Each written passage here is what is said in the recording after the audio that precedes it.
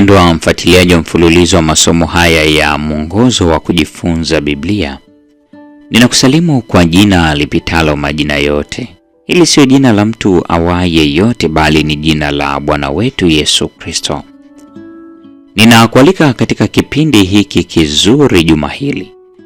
Juma hili tunaliangazia somo la 7 linalosema wenyeji wa mbinguni. Na leo ni Februari 9, siku ya Jumatatu. Leo tunaiangazia mada ndogo isemayo simameni imara katika Bwana. Somo wa Filipi sura ile ya 3 aya ya 20 na 21. Paulo anaelezeaje waziwazi jinsi wenyeji wa Kikristo unavyofanana? Tofauti na adui wa msalaba, waniao mambo ya duniani na ambao Mungu wao ni tumbo. Wa Filipi 3:19. Wenyeji wa Kikristo uko mbinguni na mtawala wetu ni Yesu Kristo mwenyewe. Ili kukazia hoja hii, Paulo anasisitizia uhitaji wa mwili wetu wa unyonge. Wa Filipi 3:21. Wenye kupatwa na magonjwa, uchakavu na kifo, kubadilishwa upate kufanana na mwili wa Kristo wa ufufuo mtukufu. Vifungu vifuatavyo vinaelezeaje hali ya kutukuzwa?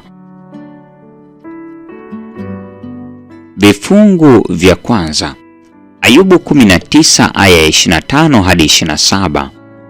Kifungu cha pili, Luka mtakatifu sura 24 aya 39. Vifungu vya tatu, Wakorintho wa kwanza sura ya 15 aya ya 42 hadi 44. Vifungu vya 4, Wakorintho wa kwanza sura ile ya 15 aya ya 50 hadi 54. Na kifungu cha 5, Wakolosai sura ile ya 3 aya ya 4. Hatimaye, kwa njia ya Yesu Kristo, kifo, adui wa mwisho, ataangamizwa. Wakorintho wa kwanza sura ile ya 15 26. Hilo ndilo tumaini letu kuu zaidi, ahadi kuu ambayo tumepewa katika Yesu. Si tu mwisho wa kifo, bali mwili mpya kabisa, yaani mwili wa utukufu. Wa Filipi sura ile ya 3:21. Katika kitabu kinachohusu jinsi ya kupata wokovu pasipo Mungu, ambacho kilitoa hoja kipumbavu kiasi kwamba kushinda hofu ya kifo ni wokovu, mwandishi Luke Ferry anakiri kwamba Ukristo unatuwezesha si tu kushinda hofu ya kifo, lakini pia kushinda kifo chenyewe. Kwa kufanya hivyo kwa kuzingatia utambulisho wa mtu binafsi, badala ya kuto kujulikana au usahaulifu, inaonekana kuwa toleo la pekee linalotoa ushindi wa kweli kabisa wa hali binafsi ya kutokufa dhidi ya hali yetu kama wanadamu tunaokufa. Kukiri kwa hakika toka kwa mkana Mungu. Kwa hiyo,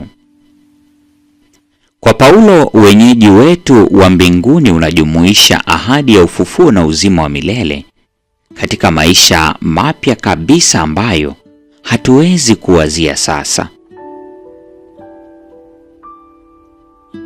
Swali la kujiuliza: kwa nini ahadi ya uzima wa milele ni muhimu sana kwa wote tunaoamini?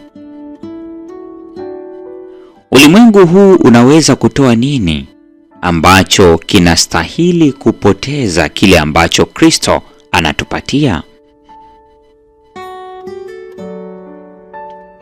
Mpendwa mfuatiliaji wa mfululizo wa masomo haya mwongozo wa kujifunza Biblia, leo ni Februari 9, siku ya Jumatatu, tukiangazia mada isemayo simameni imara katika Bwana. Na kwa nukta hiyo ndio tunakuwa tumefikia tamati ya tafakari ya mada hii siku ya leo. Neema ya Bwana wetu Yesu Kristo, pendo la Mungu na ushirika wa Roho Mtakatifu dumu kwa pamoja nasi sasa na hata milele. Amina.